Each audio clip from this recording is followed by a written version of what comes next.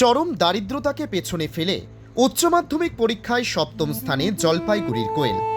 জলপাইগুড়ির কচুয়া বোয়ালমারি হাই স্কুলের কোয়েল গোস্বামী, তার প্রাপ্ত নম্বর 491। আমি মনে করি যে রেজাল্ট হওয়ার জন্য এলাকা শহর হওয়ার প্রয়োজন হয় না, গ্রামাঞ্চল থেকেও ভালো রেজাল্ট হতে পারে। ট্যালেন্ট যে কোনো জায়গায় গড়ে উঠতে পারে, আর সেই ট্যালেন্টটাকে যদি একটু হার্ডওয়ার্ক দিয়ে বা ভালোভাবে প্রচেষ্টার মাধ্যমে এগিয়ে নিয়ে যাওয়া যায়, তাহলে অবশ্যই ভালো রেজাল্ট হতে পারে। তার জন্য শহরাঞ্চলের কোনো প্রয়োজন নেই।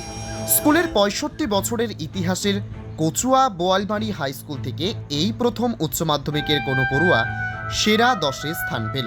স্বভাবতই উচ্ছ্বাসিত তার পরিবার। জানা গেছে, কোয়েলের বাবা অশোক গোস্বামী একজন দরিদ্র কৃষক। সামান্য জমিতে কৃষিকাজ করার পাশাপাশি হাটে হাটে দেশি পান ও কাঁচা সুপারি বিক্রি করেন। অত্যন্ত দরিদ্র পরিবারের মেয়ে কোয়েল। সব বিষয়ে গৃহশিক্ষক রাখার মতো সামর্থ্য ছিল না, তাই স্কুলের শিক্ষকরা কোয়েলের জন্য আলাদাভাবে কোচিংয়ের ব্যবস্থা করেছিলেন।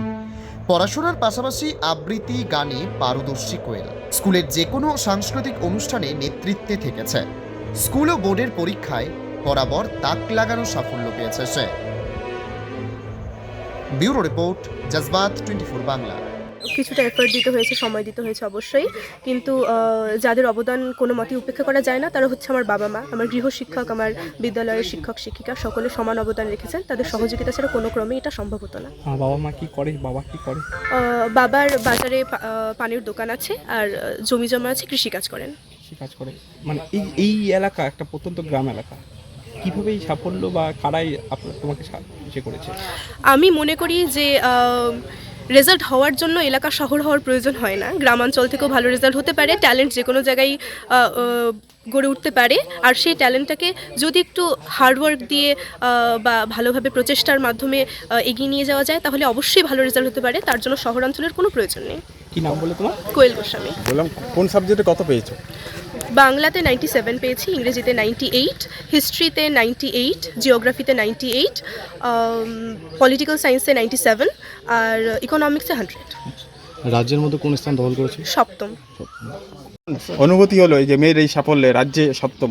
আমি খুব খুশি। মেয়ে ভালো রেজাল্ট করছে, মানে এতটুকু আশা আমি করি নাই। ও যা করেছে যথেষ্ট করেছে, পরিশ্রম করেছে অনেক।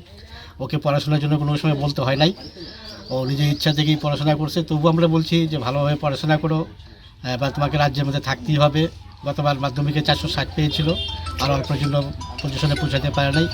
তবে এবার আমরা 660 পেয়েছিল। তো আমরা বলছি যে এবার তোমাকে থাকতেই হবে, সেই আশা আমাদের পূরণ করছে। ভবিষ্যতে ও যেন আরও বড় কিছু করতে পারে, ওর সাফল্য করতে পারে, ওর যা টার্গেট সেটা যেন পূর্ণ করতে পারে, এটাই আমি আশা করি। কি নাম আপনার? আমার নাম অশোক। কি কাজ করেন আপনি? আমি অল্প কিছু জমি আছে, কৃষিকাজ করি, আর একটা ছোটোখাটো ব্যবসা করি। মেয়েকে পড়াশোনা করাতে কোনো অসুবিধার সম্মুখীন? অসুবিধা তো হবেই, আর্থিক দিক দিয়ে তো একটু দুর্বলতা আছেই আমার। তবু আমি এর থেকেই যথেষ্ট যা করতেছি আর কি।